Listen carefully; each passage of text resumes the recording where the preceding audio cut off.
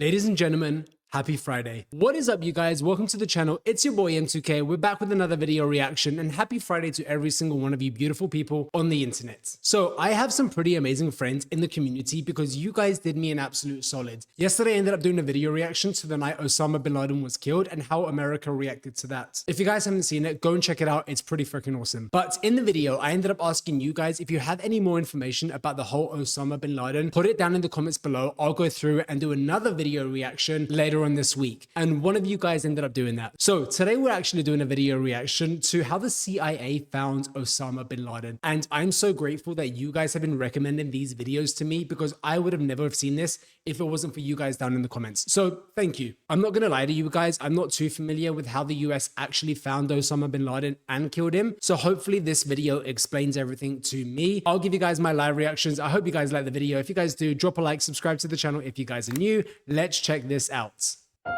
Just 4 days before the 2004 US presidential election, a newly published tape appears on the news. The election between George Bush and John Kerry was dominated by foreign policy decisions in the wake of the September 11 attacks. Al-Qaeda's key members and associates have been brought to destroy, capture, kill Osama bin Laden and all of the terrorists. This tape, published by Al Jazeera, now shows a recovered Osama bin Laden, claiming responsibility for the attacks much more directly than before. The staging of this recording, in which bin Laden tries to appear as some legitimate figure, directly addressing the nation that he attacked, is a painful reminder that the most wanted man on the planet must be feeling somewhat safe wherever he may be. I'm just gonna pause it right there. What do you guys think if I do a reaction video to the 9/11 attacks that happened? 9/11. Let me know, and if you guys are interested in it, I will do a reaction video to that.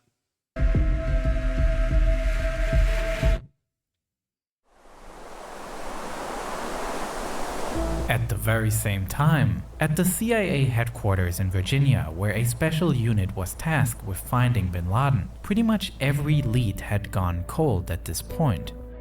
A situation that was even more frustrating considering that almost 3 years ago, they believed they were close to catching him. By the end of the 2001 US invasion of Afghanistan, Al-Qaeda fighters had been pushed into the eastern part of the country. Tora Bora. Here, they barricaded themselves in the caves of Tora Bora, and American intelligence agencies suspected bin Laden to be amongst them. Supported by the Americans, local Afghan tribes fought through the terrain, and heavy airstrikes were carried out.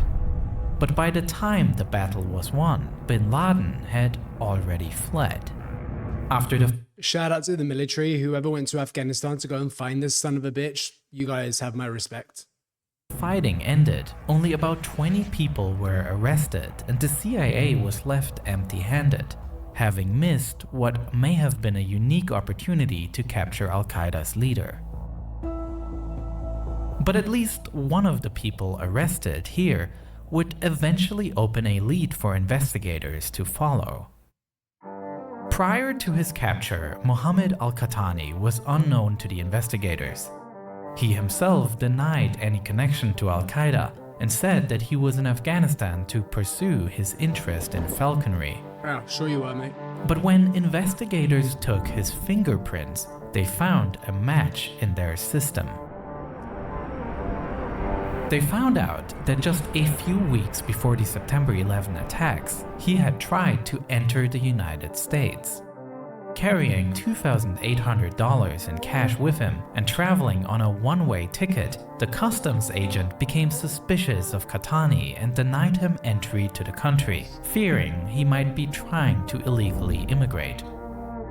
The investigators also knew that on the very same day, a call was placed from Orlando Airport to an Al-Qaeda telephone number in the United Arab Emirates. Jeez. This number had been monitored, and the fact that Qahtani was at the airport at the same time made investigators scramble to establish some sort of connection between these events. No way. FBI agents worked their way through piles of airport surveillance footage looking for more leads, and eventually they were successful. They were able to identify a car that was at the time rented by Mohammed Atta. Atta was the ringleader of the September 11 attacks and piloted American Airlines Flight 11 that struck the North Tower of the World Trade Center. It was concluded that Atta was waiting at the airport to pick up Khatani. Piece of It is shit. widely believed that Khatani was intended as one of the hijackers of United Airlines Flight 93, which is the flight that failed to reach the attacker's intended destination because it crashed in Pennsylvania while the passengers were attempting to regain control. With that knowledge, Khatani was interrogated, and he was one of several Al-Qaeda captives that in the coming months and years made it possible for investigators to get a better picture of the group's inner workings. Abu Zubaydah, a logistician for the group, was arrested in March 2002 and offered the CIA information that Khalid Sheikh Mohammed, who was Al-Qaeda's operational commander, had planned the attacks on America. 1 year later, These guys might be the scummiest people ever to walk the planets, along with Bin Laden. It's crazy. he also was arrested. And Khatani revealed that in July 2001, in preparation for the attacks, Khalid Sheikh Mohammed introduced him to a person previously unknown to the CIA, Abu Ahmed al-Kuwaiti, who trained Khatani in operational security. All this helped investigators to understand Al-Qaeda's structure better, with less trained operatives, a command and planning layer, and Bin Laden as the leader. But they were still clueless as to Bin Laden's whereabouts. The CIA was mapping relationships to understand who was in close contact with him and how he communicated from his hiding place. The private network of Bin Laden, his family members, were also looked at. However, there was no contact between Bin Laden and those family members of him that could be located. What the CIA knew was that Bin Laden continued to send messages though. In the following years, new audio tapes appeared, and it was known that he was communicating with members of leadership within Al-Qaeda. The strategy of the CIA, therefore, was to look for the courier network, people that transport information. Big and tasty.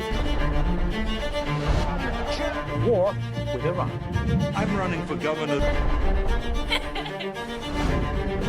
Explode in the sky. Our congratulations on An historic victory. In mid-January 2004, Kurdish security forces arrested a man named Hassan Gul.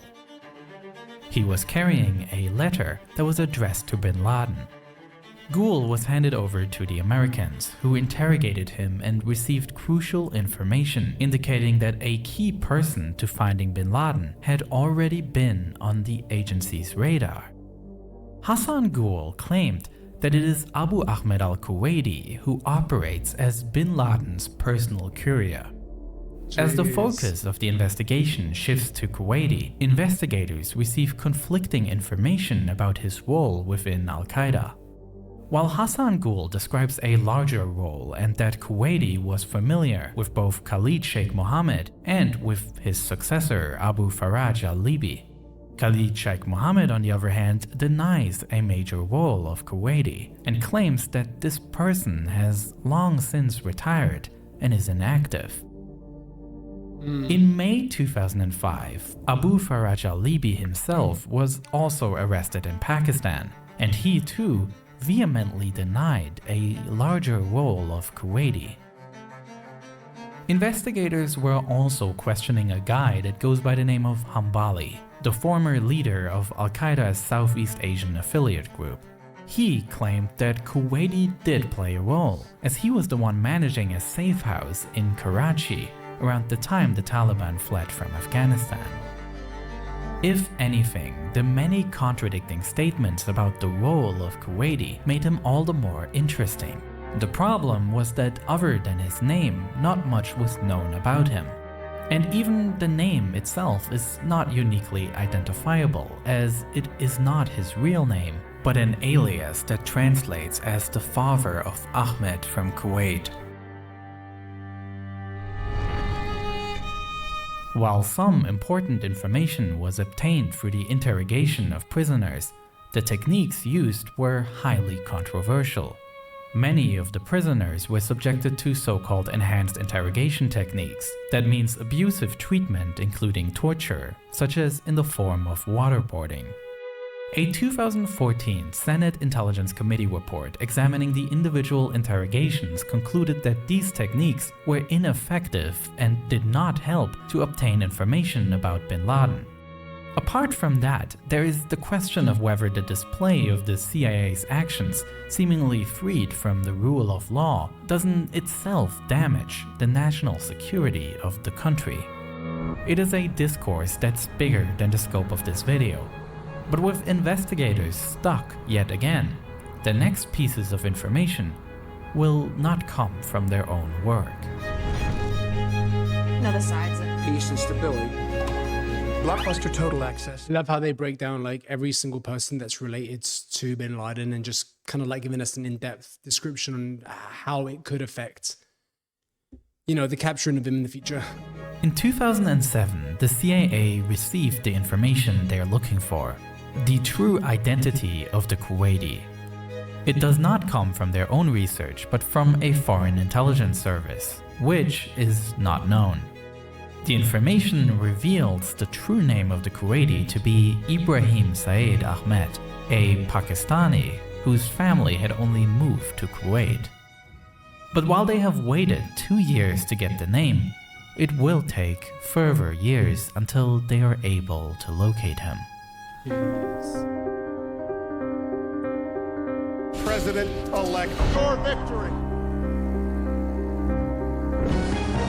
For bankruptcy.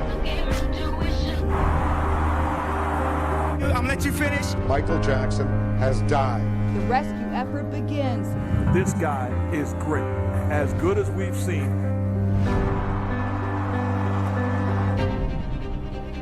In June 2010, the Kuwaiti and his brother changed the way to communicate with their cell phones, a fact that made it possible to determine the geolocation of the calls placed. The NSA had received telephone numbers suspected of being connected to Kuwaiti from a third country, which were now intercepted. Amidst the countless conversations monitored, one man stood out because he fit the profile of Kuwaiti. He spoke a mix of Arabic and Pashto, the language spoken in northwestern Pakistan. And in a conversation with a friend in the Persian Gulf, the man dodged the question of his whereabouts, cryptically replying that he is with the people he was with before. In addition, the investigators recognized that this individual goes to great lengths to prevent being tracked. His cell phone was switched off for most of the time, and it seems that he only put the battery in it when he was in the area around the city of Peshawar. As it became increasingly certain that this is Kuwaiti, efforts began to follow him on the ground. In August 2010, a Pakistani CIA agent managed to identify him in his car in Peshawar. From there, he was secretly followed on his way home.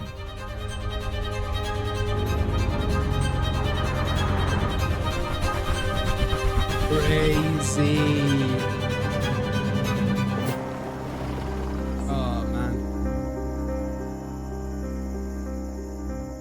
The large house surprised investigators. The agents had assumed that now that Kuwaiti had been identified, they would be monitoring him until he approached bin Laden's hideout. But when you look at the massive compound in which Kuwaiti lives, investigators thought that they might already be there, that Kuwaiti may be living under the same roof as bin Laden. Even though Washington wasn't entirely sure about it at the time, bin Laden was located, and a manhunt that has had top priority since the September 11 attacks comes to its final stage. The task now was no longer with the intelligence agents, but with a team of special units who knew very little about what to expect when raiding this compound. On May 1st, 2011, at 11 p.m. local time, 2 Black Hawk helicopters, equipped with secret stealth technology, take off from Jalalabad airfield and head towards Bin Laden's compound. The mission is complicated by the fact that the United States government had decided not to inform Pakistan of the operation, which means the Navy SEALs had to avoid getting noticed, which seems especially challenging considering that Bin Laden's complex is located right next to a Pakistani military academy. Jeez, man. The story of how this raid unfolded is truly fascinating, which is why I have produced another full-length video about this operation, creating detailed models of the mission's plan and mapping out how it played out during that night. But unfortunately, due to the violent nature of this topic, if I uploaded this video to YouTube, it would certainly get demonetized and age restricted. I think at some point we should check out the other video where they actually capture Bin Laden, because that is freaking insane. Let me know what you guys think. I mean, I know it's day 2 of doing an Osama Bin Laden video, but it's something that I enjoy learning about because honestly, I'm not too clued up with how it went down. So this is like a history lesson for me, which is pretty freaking fantastic. Again, shout out to the person that recommended this video. Thank you so much for putting the link down in the description. It makes it so much easier for me to find the exact video that you guys want me to react to. If you guys like this video and you guys want me to react to more videos, drop your suggestions down in the comments. I go through all of them and it could be your video that I react to next. I've been getting so much love and support from you guys, and the people that have been telling me that they remember the night Osama bin Laden died is something that they're never going to forget ever. It makes me happy that you guys share your stories with me. It's honestly one of the reasons why I really enjoy making these reaction videos for you guys. That's the video there and then, you guys. If you guys didn't check out yesterday's video, I'll put it down here so you guys can check it out. It's an awesome video and it's definitely worth watching. If you guys do have time and you guys are bored, check out that video there. But with that being said, you guys, enjoy your weekend, stay awesome, stay blessed, and thank you guys so much for the love and support. If you guys are new, drop a like, subscribe to the channel. It means the world to me, and I'll catch you guys in the next one. Peace.